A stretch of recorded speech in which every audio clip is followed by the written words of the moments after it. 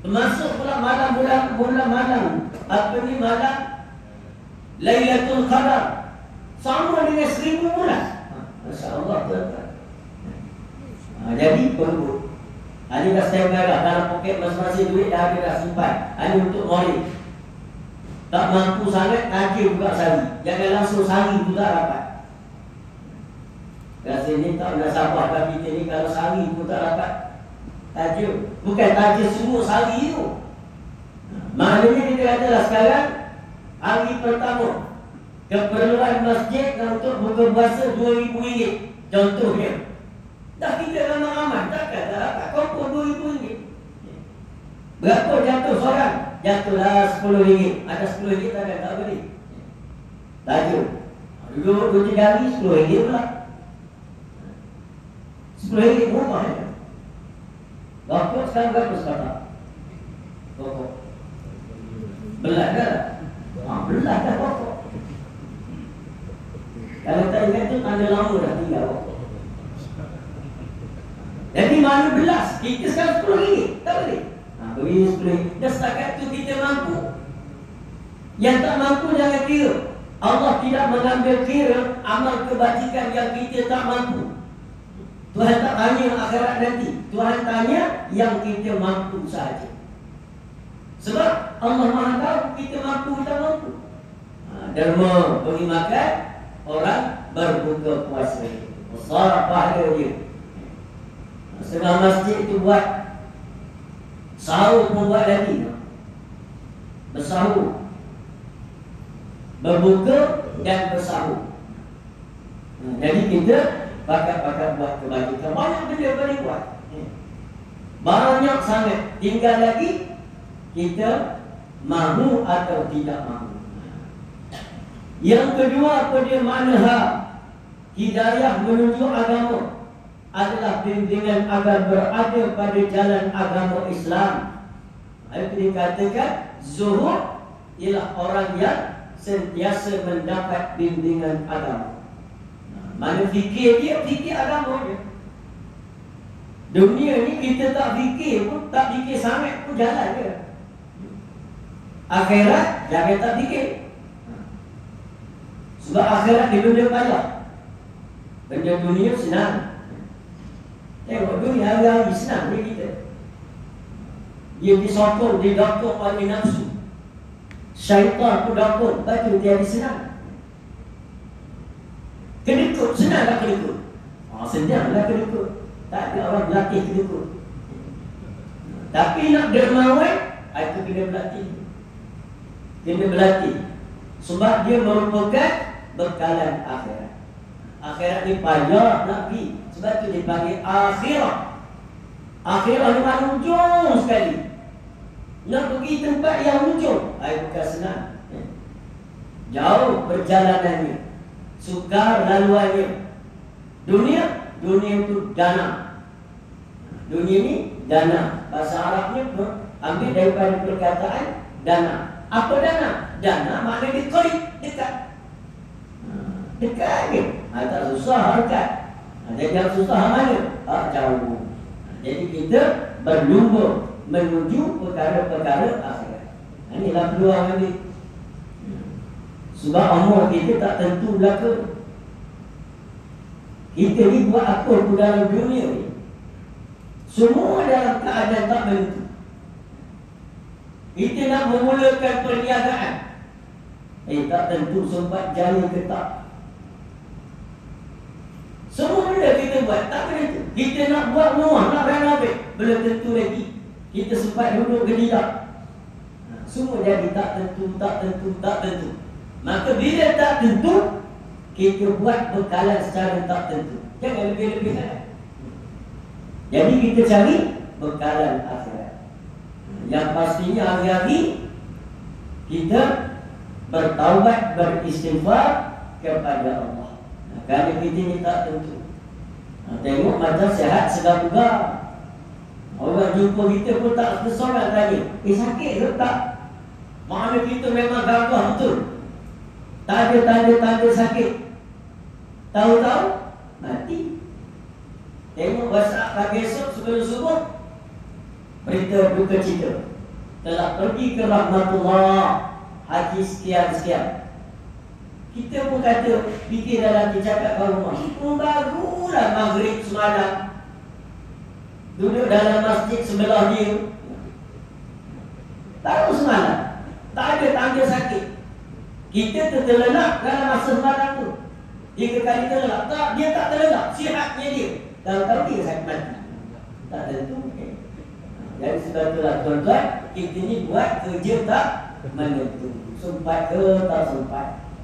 Jadi kena selalu bergantung pada Allah.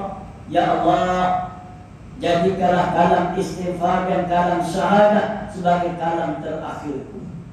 Minta pada Allah. Biarlah kalam astagfirullah dan kalam asyhadu an la ilaha illallah kalam terakhir kita. Allahumma ja'al akhiru kalamina la ilaha illallah. Ya Allah, jadikan kalam terakhir kami ialah la ilaha illallah. Itu yang kita nak.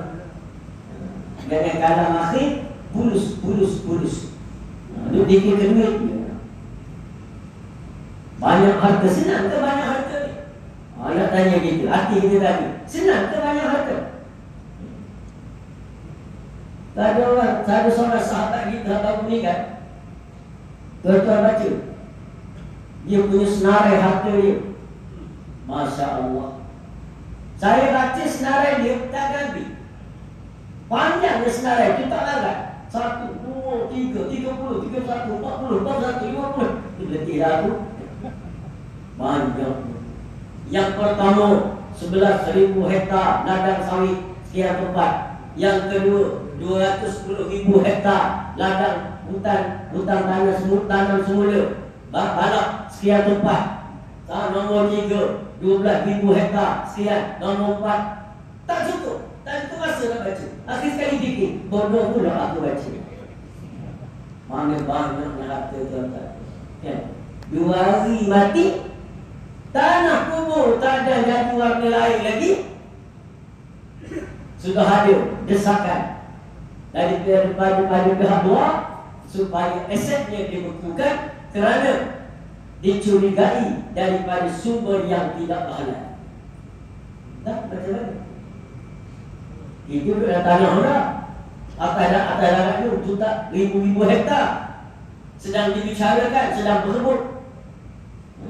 Isteri berebut dengan anak tiri berebut dengan dia beradik habis. Senang kita? Tak senang. Baik kita pergi dengan seadanya, tuan-tuan. Pergi dengan seadanya. Boleh tinggal harta untuk anak isteri, tapi melalui cara halal. Kalau melalui cara haram, dia tak tinggal langsung untuk mereka. Dah kita miskin, nak buat macam mana? Ada cara haram nak dapat, boleh tinggal ke isteri. Berapa hektar anak, berapa itu situ, harta itu, harta ini. Boleh, tapi jangan haram. Jangan, biar tinggal tangan kosong. Allah tidak tanya kita di akhirat. Bahkan dapat pahala pula. Pahala tu, orang yang mengelak diri daripada mencapai harta yang haram, pahala dia jihad fisabilillah. Ada peluang, tapi tak nak. Sebab tu haram. Betul halal, tak halal, nampak tak ada peluang sangat. Sekadar ni lah, biar sekadar ni. Ingat, kalau ada orang, kalau kita ni orang rasuah lah, kita tak ada pangkat ni, tak ada kuasa, tak pernah sampah pula orang nak rasuah ni. Sebenarnya orang yang sedang rasuah kita, dia sedang hina kita. Dia sedang menghina kita. Kenapa? Pertama, dia anggap kita ni murah, boleh dibeli. Yang kedua, dia sedang menolak kita ke dalam neraka. Dah kita buat apa? Biar seadanya, tak apa. Mati dengan tidak meninggalkan apa-apa. Okey, tak ada masalah.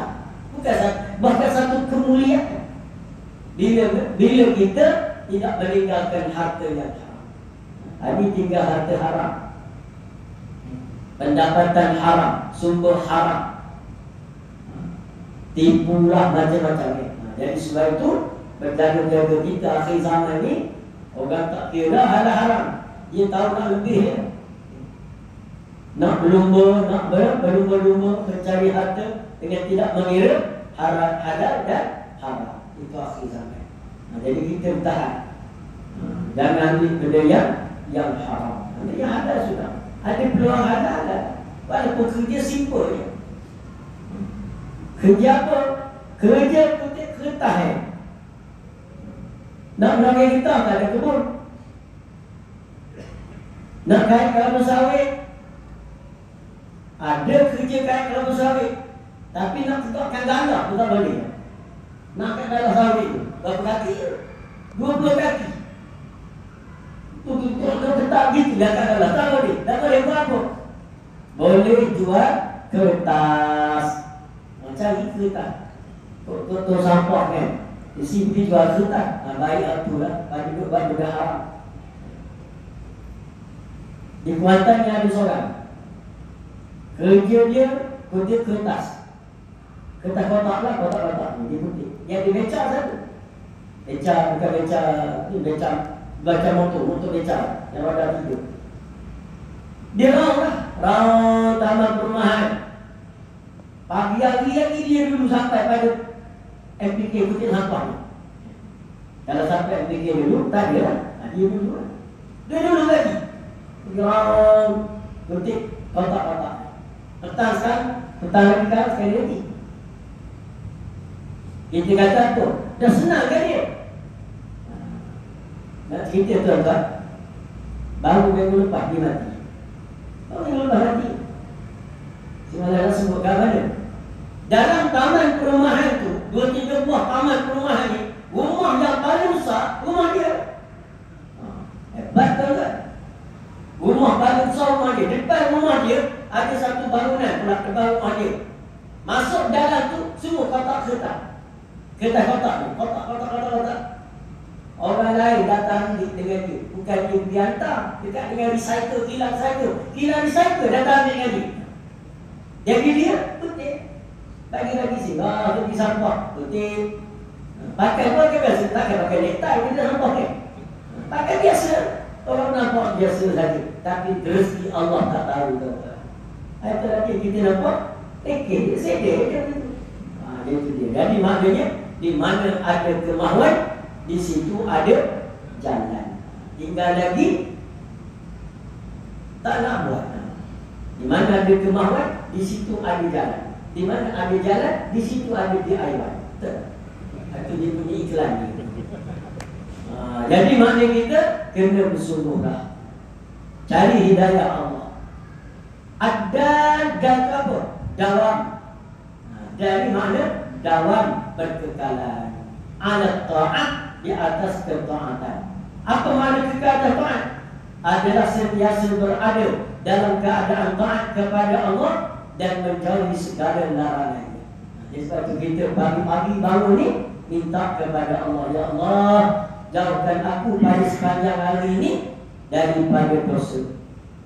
Sebab kita tak tahu yang menarik kita kepada dosa ni banyak perkara. Nafsu, syaitan, dunia, manusia, macam-macam lah. Manusia itu pula ahli keluarga, jiran tetangga, sahabat handai.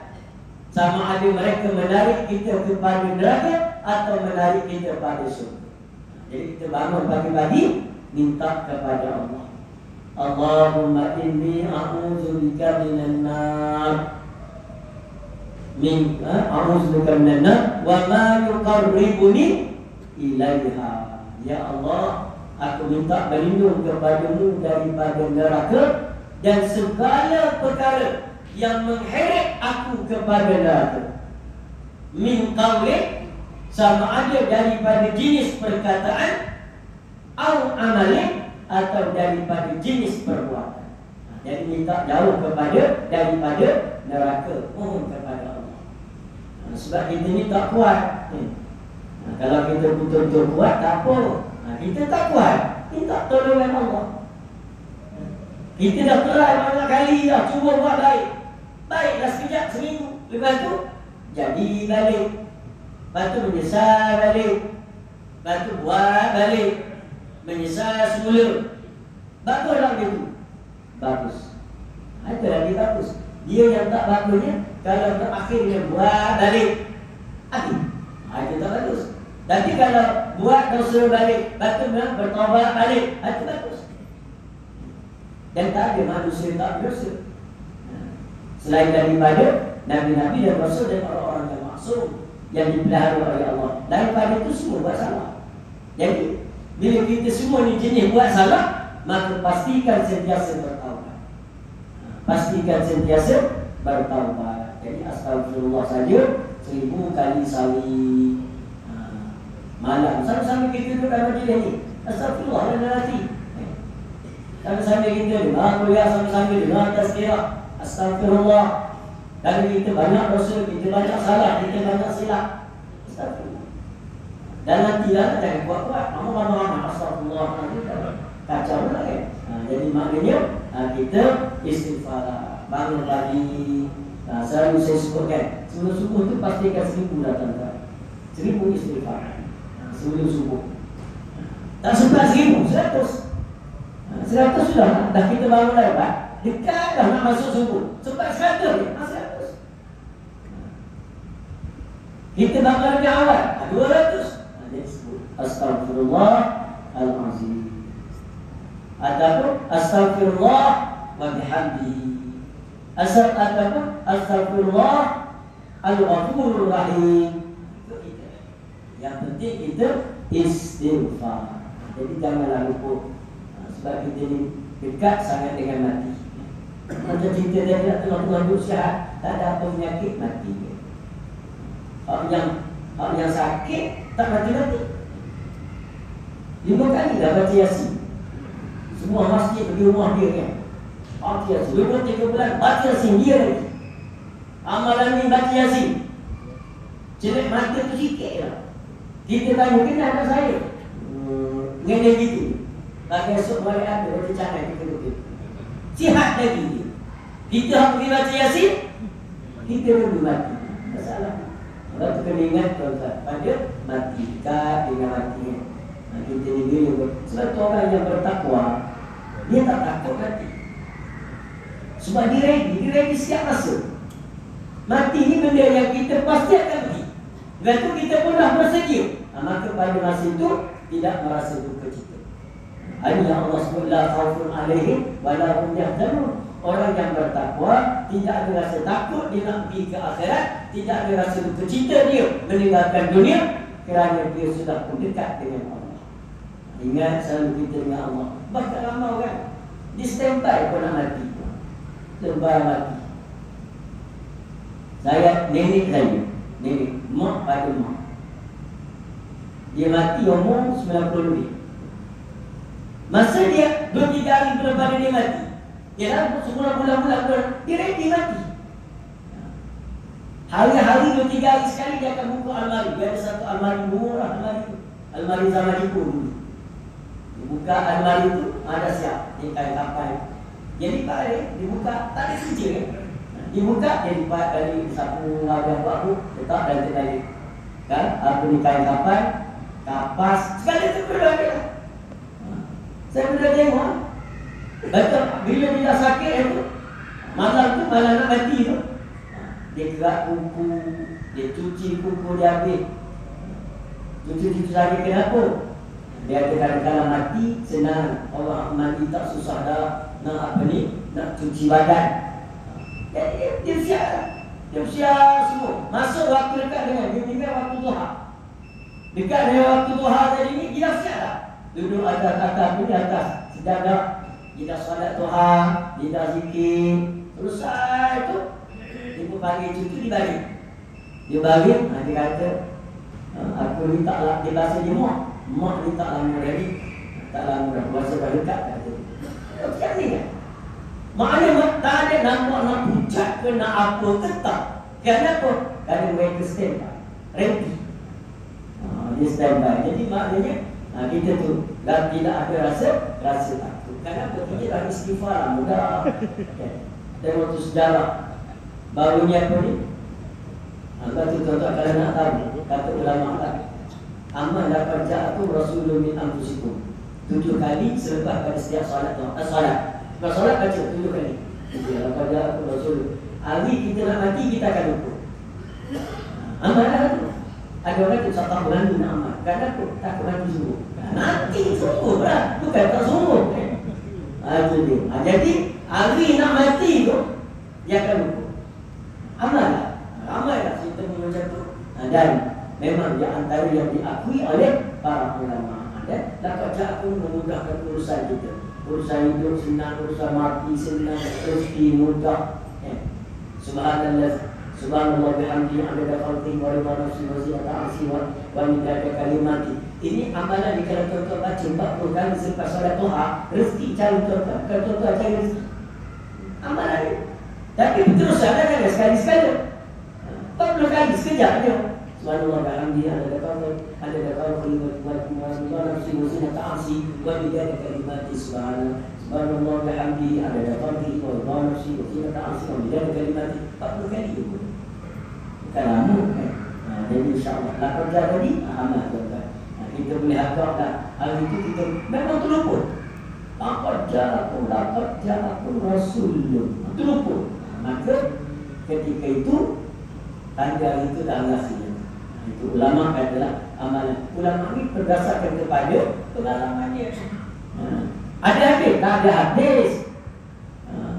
Nama juga ada balik. Tak ada kira. Bukan masak sakit.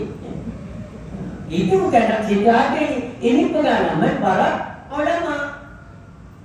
Nak percaya tak apa, tak percaya pun tak apa. Tapi amal dapat pahala. Itu amal. Jadi insya-Allah itu amal murah rezeki. Amal murah rezeki yang paling murah sekali Fatihah. Baca Fatihah. Kalau boleh 100 kali saja. 100 kali Fatihah setiap kan. Pas subuh. Apa pas subuh? 20. Lepas zuhur 20. Lepas asar 20.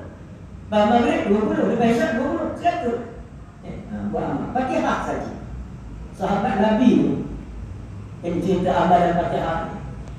Balik daripada perang, Nabi tak ada, dipanggil Syariah. Syariah makna perang yang tak disertai oleh Nabi. Dan perang itu dalam bentuk, dalam kumpulan yang kecil. Balik daripada satu perang kecil sampai tengah jalan malam. Dulu payah nak bermalam. Tengah padang pasir itu, dekat-dekat dengan wadi ni. Bermalamlah mereka kat situ. Dekat satu persimpangan masuk kepada satu perkampungan. Perkampungan orang Arab ni. Duduk kat kampung tu dah malam. Tentera katalah Syariah ni ada 100 orang pasukan. 100 orang tentera. Nak makan apa? Tak ada makanan. Lapar kata. Lalu 1 orang diutus pergi ke kampung. Pergi jumpa untuk penduduk kampung ni. Jumpa dia orang. Dia orang jemput kita jadi tetamu. Jamu kita. Seboleh kambing boleh 3-4 ekor pun. Adalah kita ni 100 orang. Kira lah 100 orang. Tapi Arab ni sekor tu baru 4 orang makan dia. Baik. Masuklah wakil dia ni. Pergi ke kampung jumpa tu pengeluh. Ketua kampung. Kami ni lapar. Boleh tak tuan-tuan semua jamu kami? Ambil kami sebagai tetamu. Lalu ketua kampung pun bisik dengan orang kanan kampung lah. JKK kampung tu bincang-bincang. Pun tak balik. Kami tak nak. Jadi jawab, kami tak sanggup lah. Nak jamu kamu. Tak sanggup. Kambing pun kurus dah tu. Kalau sebenarnya pun makan tulang je. Kata dia buat. Balik. Sampai lagi ke ni? Balik semula. Sampai kat sempang perkampungan. Tadi berkemah lah kat situ. Zaman sahabat dulu kan berkemah sangat. Tidur pokok-pokok gitu je. Ada pokok taman tidur. Tidurlah malam tu. Tengah malam. Tiba-tiba datang 2-3 orang untuk penghulu dan wakil ni datang. Jumpa sahabat Nabi yang duduk kampung sana. Apa pasal nak datang ni? Datang, lalu tanya, kenapa datang? Datang apa untuk apa tujuan datang? Kata ketua kampung begini. Dia kata ada seorang anak pada penduduk kampung kami. Anak dia ni kena gigit kampung tak tahu tengah malam. Anak dara. Merau tengah malam macam kerasukan tu. Macam kerasukan setan. Jadi kami pun tak tahu. Cari panggil Tok Bomo tak tahu. Kalau dua apa? Kesan pula. Asal 3 kesan. Kalau bikin minta kesan pun tak ada. Dia kan tu tak faham. Tok Bomo habis Tok Bomo nak kampung tu. Jadi tiba-tiba ada di kalangan kami beri saranan. Apa kata kalau kita pergi minta dengan tu kumpulan sahabat Rasulullah tu, ada sahabat Nabi kat luar sana, minta dia orang buat macam mana? Oh, kata Tok Mulu betul tak? Dia pun pergilah ngajak perempuan. Jadi kau jumpa dengan sahabat Nabi tadi. Kami datang minta tolonglah buat untuk kamu semua tahu. Kata di sahabat Nabi tadi, kita mahu kawan-kawan yang lain, muka lapar kata. Dan dia kata ni, kami boleh tolong. Kalau semua kamu jamukan, buat syarat. Jamu boleh kamu makan. Baik, kata tuan aku boleh. Lalu dia pun pergi. Sebab perempuan tu tak ramai rata, tak sakit tu kat rumah dia lah. Bagi ubat. Sekejap dia tak sampai 5 minit, 3 minit. Oh je. Singkap, bangun tu kan mak ayah tu semua langkah sihat. Tak sakit apa dah. Oh suka lah ayah dia. Dua kampung suka. Pakat sembelih kambing kan. Sembelih kambing, masak, panggil semua sahabat Nabi makan. Esok selesai kan. Dia balik sampai ke Madinah. Mereka cerita ke Nabi pengalaman. Pengalaman lapar satu. Itu biasalah. Ini pengalaman dijamu oleh orang kampung yang asalnya tak nak dijamu. Dan ceritalah. Nabi pun panggil sahabat tadi. Nabi kata, engkau baca apa? Nabi tanya. Sebab Nabi tahu lah dia tak ajar lagi sahabat ni. Dia tak pernah ajar sahabat berubat macam tu, tak pernah ajar. Tiba-tiba ada sahabat boleh berubat. Nabi tanya, kau baca apa? Saya tak ada baca apa Rasulullah. Baca Fatihah ya? Saya mana tahu baca lain, baca Fatihah. Oh, Nabi kata betul. Engkau telah bertindak dengan betul. Kerana Fatihah itu raja segala penawar. Raja Ruqyah ni ialah Fatihah. Yang kita baca banyak-banyak lain itu lepas Fatihah lah. Fatihah yang pertama. Jadi baca Fatihah. Yang pertama, boleh mana Fatihah diguna untuk berubat, membawa rezeki. Jadi kita tak ada rezeki kan? Tak ada nak makan, tiba-tiba datang rezeki dengan bacaan Fatihah. Yang kedua, yang ini menunjukkan apa? Jadi boleh mengambil upah daripada mereka. Jadi berubat boleh ambil upah. Dan boleh mengambil upah kerana membaca Al-Quran. Orang panggil kita nak dengar taranum baca Quran, kita ambil upah. Boleh. Ayat Quran. Jadi maknanya itu di antara peristiwa murah rezeki. Jadi tuan-tuan baca di Fatihah, bukan bayar. Kan dia siapa tak apa Fatihah. Kalau tak apa Fatihah ni rugi nampak tua dia buat bantu. Okay. Jadi maknanya kita baca Fatihah 100 kali ke berapa kali baca. InsyaAllah murah rezeki, hidup tenang, jiwa kita tenteram, cinta kita pada akhirat. Itu baca Fatihah itu. Ya, kita berubat ni kadang-kadang bukan kerana bacaan saya juga, kerana ubat. Kalau tuan-tuan kenal batu 3, Allah Yarham Pak Ali. Orang panggil Pak Ali batu canai, batu 3. Dulu dia buat batu canai kat kedai Allah masih Al-Fatah pun. Pak Ali dia tak baca banyak kerana saya. Tapi orang lurus, orang baik. Masa tu dia pun salat 5 waktu kat Masjid Al-Fatah. Satu ketika tuan-tuan, saya dulu rumah beratu. Ini cerita sikit lah malam ni. Kadang-kadang puasa ni kan, baca kitab tu tak habis lah malam ni kan. Jadi saya duduk kat rumah tu beratu. Rumah Allah Yarham Tuan Haji Yusuf. Haji Yusuf, dia kubur kat sini tu, kubur dia. Haji Yusuf. Jadi rumah dia rumah sewa, tak ada orang dulu. Saya urus sekejap pindah, saya urus sekejap pindah. Jadi kebetulan saya nak pindah ke Kuantan, beliau pun pergi rumah dia untuk saya duduk. Kita cakap bantu. Kalau cakap bantu di rumah mula itu kan. Duduk, saya duduk. Duduk ni tuan-tuan, memang bantu semua. Memang bantu semua. Melari atas ni, beri salam, baca buka pintu, tak ada.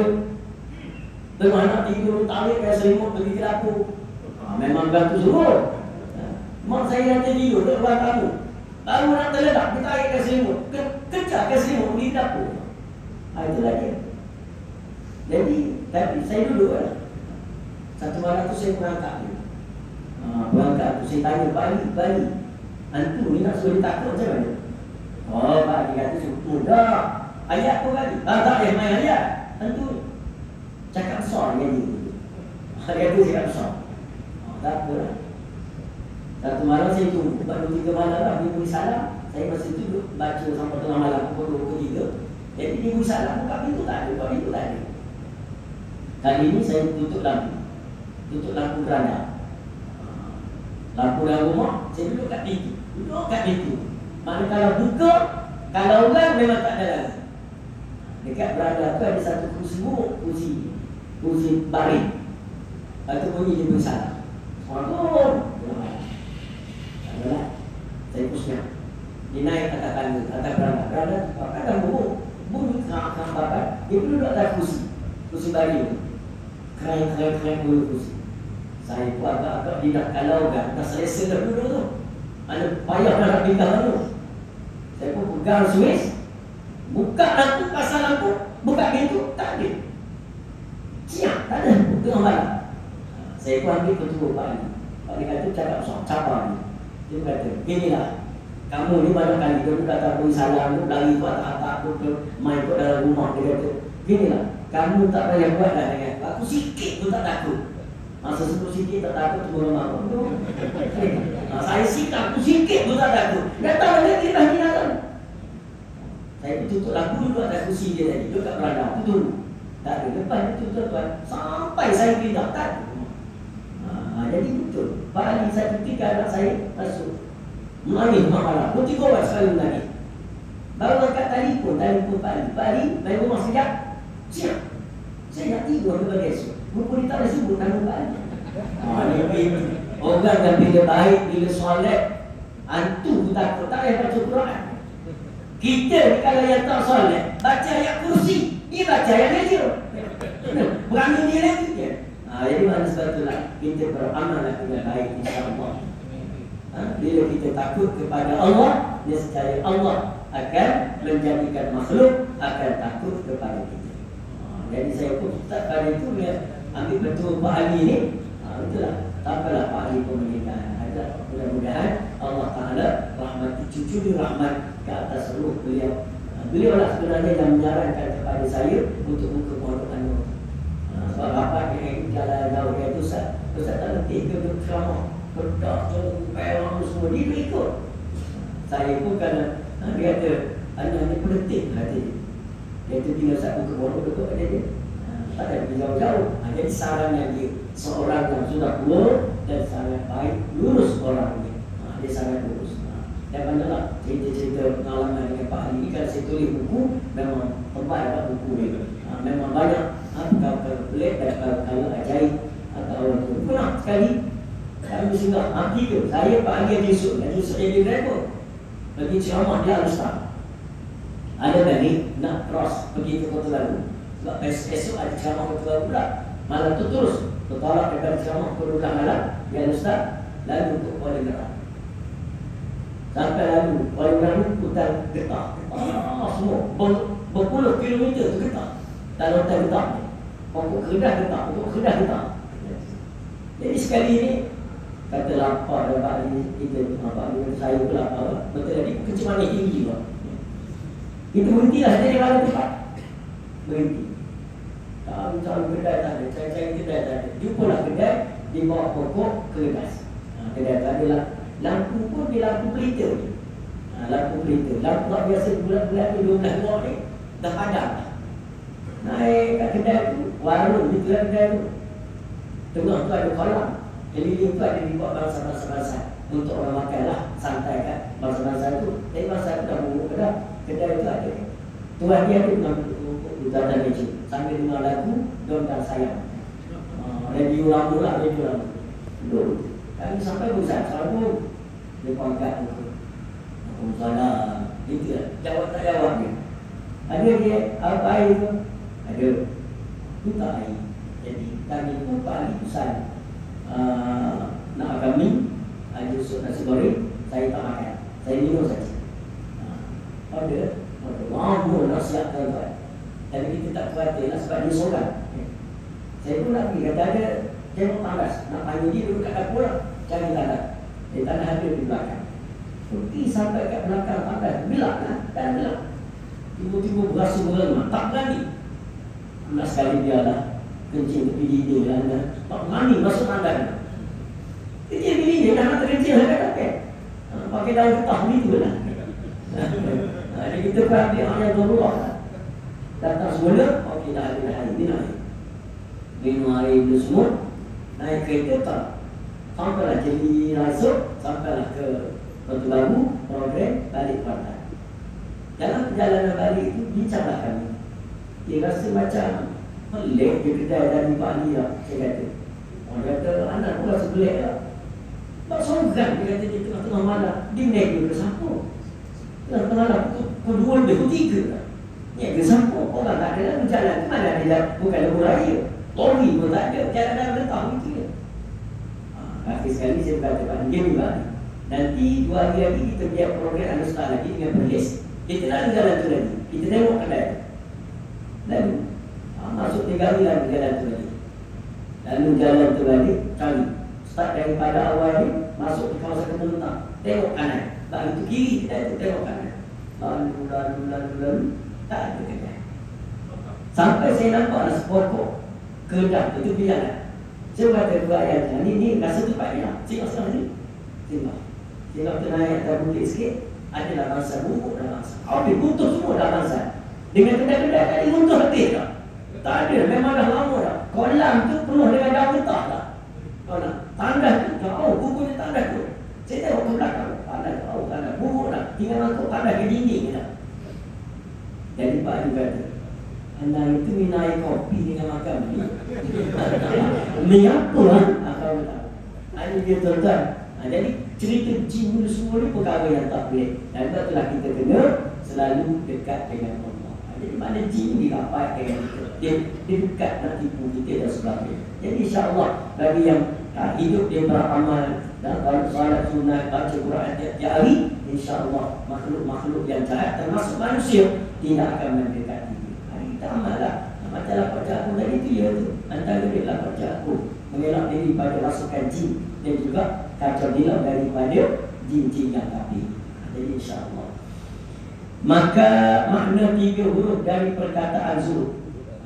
Diriwayatkan juga dari Ibnu Abbas, dia berkata, Az-zayu tarkuz zina wal haqu tarkul hawa wad dalu tarkud dunya. Ini daripada Ibnu Abbas juga berkenaan dengan huruf zai, ha, dal yang ada pada zuhud tadi.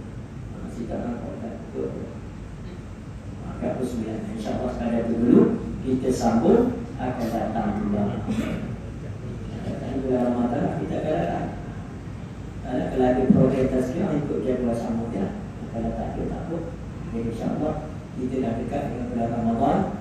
Tuan-tuan, kita niat betul-betul ni lah 15 sampai kata hari ni 15 lah ke semalam? Semalam kan? Bagilah dari kita ni 15 hari sajalah kita. Jadi kita mohon kepada Allah, ya Allah, kita nekat betul-betul. Ya Ramadan ni betul-betul boleh ubah kita daripada seorang yang baik kepada lebih baik, daripada kurang baik kepada seorang yang baik. Jauhi segala maksiat, istighfar atas segala dosa, selesaikan urusan kita dengan orang. Jangan nak dengki-dengki, jangan nak iri hati. Biar kita buka hati kita selapang-lapangnya menerima keredaan, menerima qada Allah Ta'ala. Tengok itu, tak ada insya-Allah tuan-tuan. Kita maafkan orang lain tak rugi kita. Rugilah saya kalau saya maafkan dia, rugi apa? Tak ada rugi. Bahkan itulah keberuntungan yang besar. Jadi insya-Allah maafkan orang lain, lapangkan dada kita, bertolak ansur dengan orang. Tolak ansur. Tolak ansur ni tanda redha. Seorang yang tolak ansur dengan orang lain, tanda dia redha. Sebab Allah yang menentukan qada itu berlaku. Kita tolak ansur. Jadi kadang-kadang dengan isteri-isteri tak tolak ansur. Ya. Betul Nabi, dia tengok Nabi. Bila nampak Ali Aisyah letih, ya. Nabi tak kejut mana. Baru pada hadis menceritakan Nabi suruh kejut isteri pada waktu malam kerana ibadat dan mun'am dan takjub. Dan dia ada kandung riwayat Aisyah, Nabi tak kejut. Sebab Nabi bertolak ansur. Tengok isteri dia letih, siang buat kerja sebagai jadi yang mana kita boleh buat, kita buat, kita tolong. Maka itu, hidup ni kita perlu lapar. InsyaAllah, barulah Allah akan laparkan kita. Jadi insyaAllah, kita niat sungguh mulai Ramadan ni, kita nak jadi orang yang berubah. Salatnya, zikirnya, kena ada satu zikir yang kita pegang, yang kita amal. Jangan berhenti. Hari-hari kita buat begitu. Tak banyak tak apa. Ya. Tak banyak pun tak apa. Jadi kita hari-hari kita zikir dan zikir. Katanya ulama, kalau umur kita dah turun, kita nak buat banyak-banyak jenis amal ibadat, kita letih tak larat dah kan. Tak larat dah. Jadi bukan satu je. Sebab kita sekarang kena tunggu macam mana nak mati dalam husnul khatimah. Nak buat amalan lain kita letih lah. Jadi katanya kalau dah letih tak larat sangat lah, kalau sungguh-sungguh tak larat, ambil satu je. Hari-hari kita baca, iaitu Allahumma antas salam wa minkas salam. Ahdina rabbana bis-salam wa adkhilna jannata dar-salam. Baca, baca ini, baca itu saja. Dah lain letih lah, tak ada dah. Jadi baca istighfar dan Allahumma antas salam. Baca betul-betul insya-Allah. Mati kita apa ni?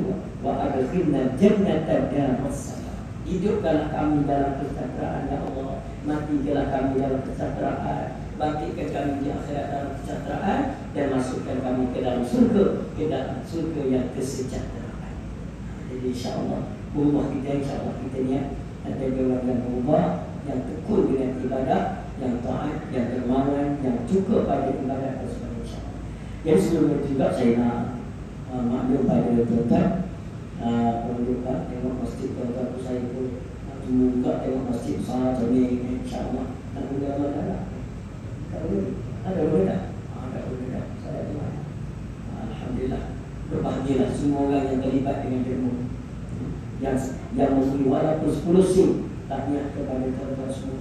Kerana 10 sen itulah kita akan dapat mahligai dalam syurga Allah. Jangan ingat sia-sia.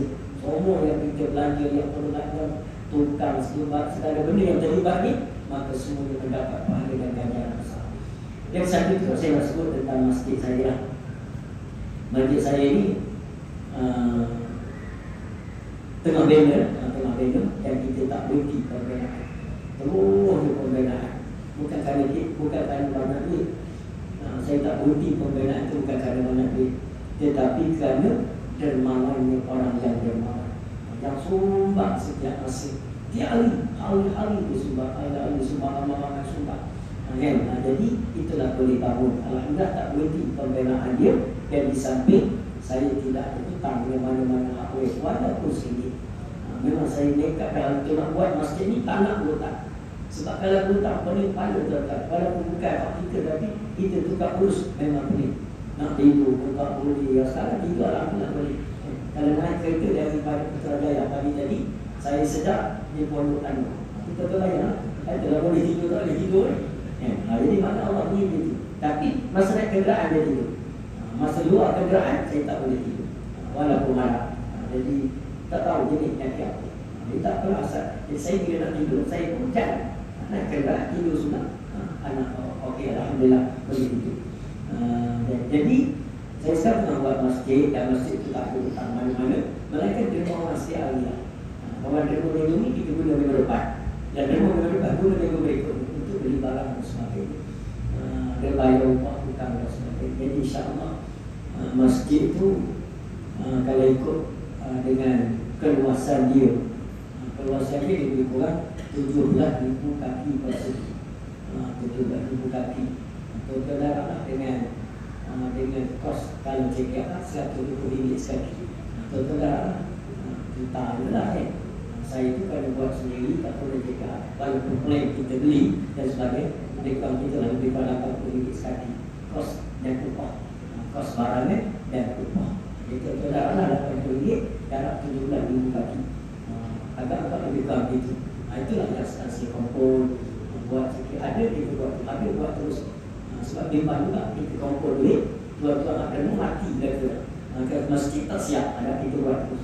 InsyaAllah Allah Ta'ala akan permudahkan segala urusan. Jadi nanti jaga ini kami akan siapkan dalam bulan Julai atau bulan Ogos tahun ini. Tahun ini insyaAllah. Ini nak naik di atas, perjalanan terus berjalan. Kita akan terus melangkah walaupun penuh dengan kelelahan. InsyaAllah Allah Ta'ala rahmati di penghujung perjalanan. Jadi minta tuan-tuan yang ada duit semua adalah derma infak. Bila lagi saya punya aplikasi derma semua tu, tuan-tuan derma RM10 tak apa. RM10 saya boleh RM10 saya tak apa. Dulu sejam RM10 tak apa. Sikit tak apa, tapi sekarang beri tak apa. Jadi insyaAllah tuan-tuan, saya sendiri pun insyaAllah nanti kita ada, saya akan send kepada pihak masjid yang buat akaun itu. Jadi tuan-tuan, tapi kita tak tahu, saya sendiri tak tahu sempat ke tak masjid itu siap dengan umur ini. Kita semua pun begitu. Dan tapi yang penting, kalau kita mati dulu pun, kita tetap mendapat pahala yang besar. Sebiji batu-bata pun Allah Ta'ala telah memberi mahligai dalam syurga Allah Ta'ala nanti. Mahligai itu pula kita akan tertutup pintu dia. Sehingga malaikat bertanya, kenapa kau tidak menutup pintu? Maka malaikat berkata, aku tidak akan tutup pintu-pintu aku ini kecuali bila Tuhan aku telah masuk. Maka merayu kepada Allah, ya Allah, masukkanlah Tuhanku ke dalam surga, masuklah ke Tuhan aku ke dalam surga, supaya dia dapat mendiami aku. Mana hari surga itu betul. Jadi insyaAllah tuan-tuan, kita pakai buat kebajikan. Dan insyaAllah kalau tuan-tuan pergi pada sempat sekarang, kawasan medis Medan Ilmu di Sepang ni, dia nampak macam perumahan lah tuan-tuan. Tuan-tuan tengok pada luar macam perumahan lah, dengan bangunan dewan, bangunan besar, dengan masjid yang semua dah siap dah, nak naik di atas dengan rumah-rumah dan warga seli emas. Apa warga? Seli warga emas. Cakap budak balik itu seli warga emas. Jadi dah pernah orang ada pekerjaan kita buat, belum buat, dan rumah bumi pun sedang naik. Jadi insyaAllah tengah rancang membangun. Mudah-mudahan Allah Ta'ala mudahkan urusan kita semua insyaAllah. Bila orang tanya saya macam mana boleh cepat kumpul duit, saya kata tak cepat. Saya Al-Fatihah tadi dah tahu tak? Nama Al-Fatihah tadi dah tahu apa mana insyaAllah. Ada dia datang insyaAllah. Allah Ta'ala tetap membantu kita jika kita ikhlas membantu agama Allah. Wallahu a'lam. Assalamualaikum warahmatullahi wabarakatuh.